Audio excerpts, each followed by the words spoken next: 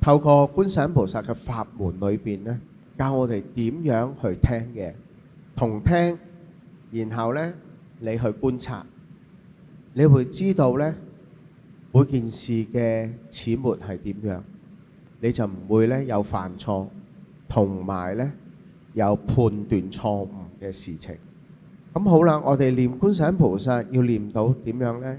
要歡喜而念，唔起煩惱，唔起妄念，一句一句嘅佛號係歸依依止慈悲智慧而念。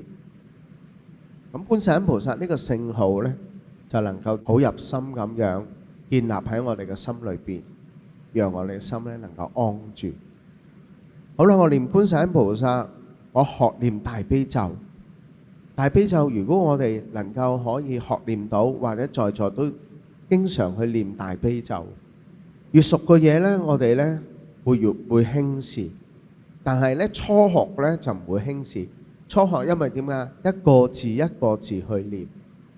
好啦，當你念熟，你翻去自己好似學念大悲咒嘅因緣，一個字一個字去念，就令到自己呢唔會紛擾，唔會散亂，以觀想力去觀觀音菩薩嘅德相莊嚴，觀觀音菩薩喺普門品裏邊嘅32應身，以何身得道者，以何身救度眾生。